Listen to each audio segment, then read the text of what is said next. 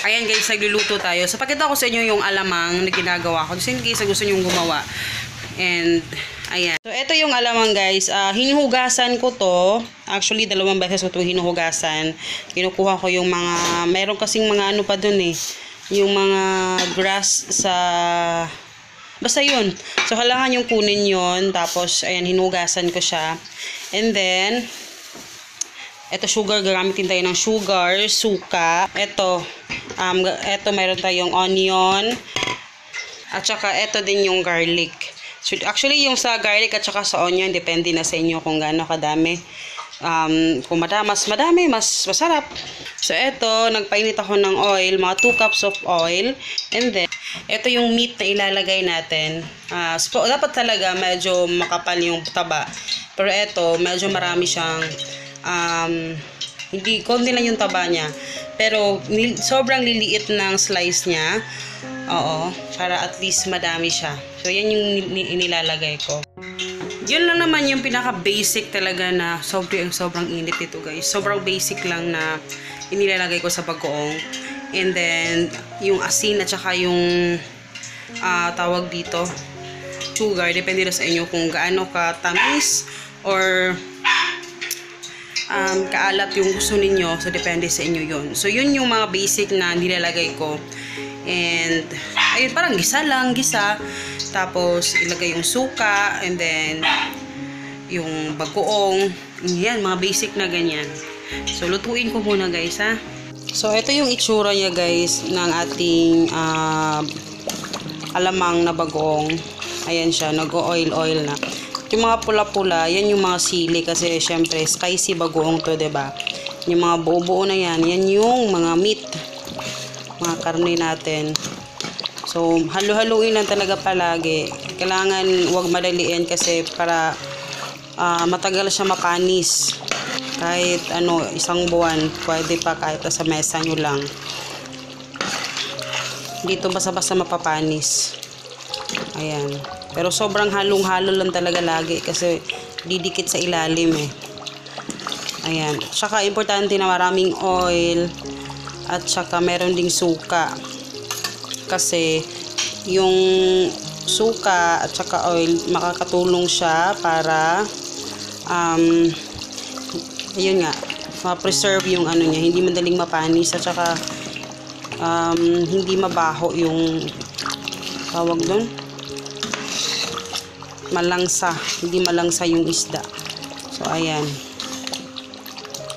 Halo lang talaga ng halo, guys. Medyo talagang mangangalay kasi kakahalo kung ano. Tapos, after nito, papalamigin lang. And then, kasi mamaya, pag na-off na yung ano, tapos malamig na, medyo magda-dark ito. Magda-dark yung itsura niya. Tapos, pwede na natin ilagay sa container. Yun na. Tapos label. Ganun lang. Sobrang bilis lang.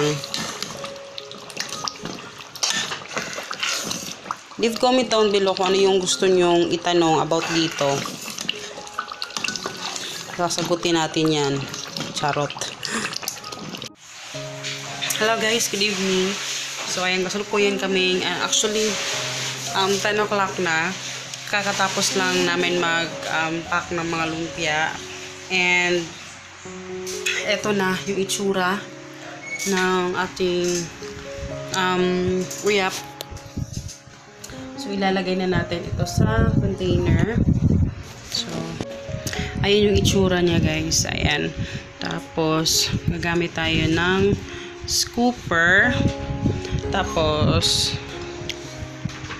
itong aking imbudo, sinadya akong ganito yung imbudo ko kasi pag mga syempre oily, pag ang tawag dito, plastic, medyo hindi siya ano sa mga oil, parang pangit. So sabi ko, eto na lang. Pero medyo mahal to, 100 plus ata ito. Pero, ayan, ito yung ginagamit ko. And then, ito yung ating label. Pasang label sa lumpia. So, ito yung ating label. Ayan siya. Didikit ko lang to dito mamaya. So, ang gagawin ko is ganyan siya. Ayan, Ayan, ilalagay ko lang. Importante na balanse na may oil at the same time may karne. And ayan, medyo malakas yung electric fan, sorry. So, tapos si Papa yung magkakat ng mga na-print na ng mga labels. So, eto siya guys, yung ating uyap. And then after nito, actually nakalock ito talaga sa itong cover niya. Lock talaga yan. Meron siyang dito sealed. And then wait lang, kailangan ko i-explain. Uyap, ito yung label na ilalagay ko dyan. So iba yung nagagawa ng label. Iba yung nagagawa ng label talaga kasi pag ito talaga nung pinost ko sa Facebook, iba yung dating niya dahil sa label. Iba yung nagagawa ng label.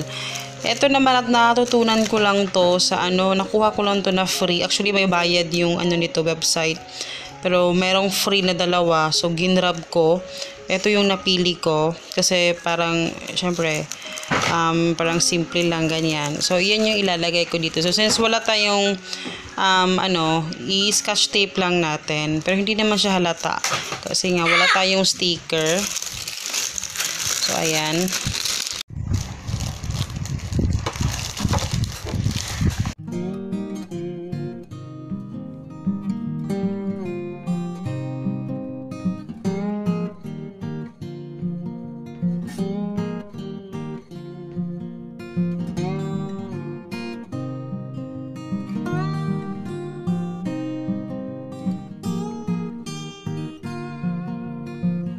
So, ito yung itsura niya guys. Ang mangyayari kasi nito,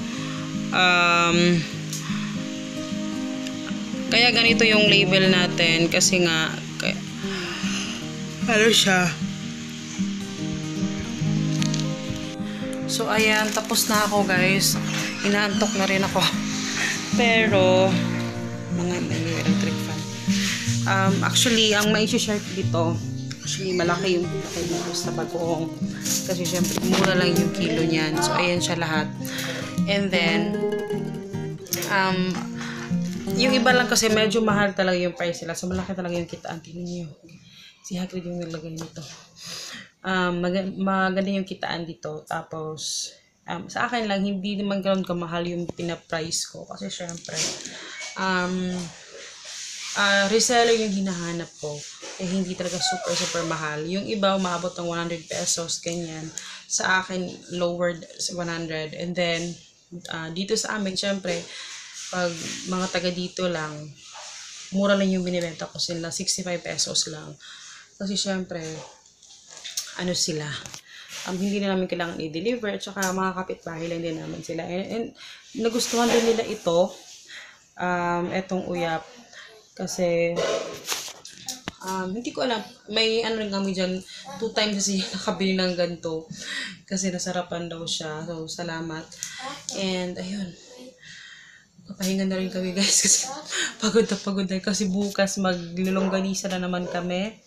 And talagang kanina na nasingit ko pa talagang mag-upload ng video kasi yung video na yun araw-araw pa yun ko nagawa. Kanina ko pa lang na-edit and in-upload ko na siya diretso. So, kaya na-upload na siya. So, ayun, natutulog na kami, guys.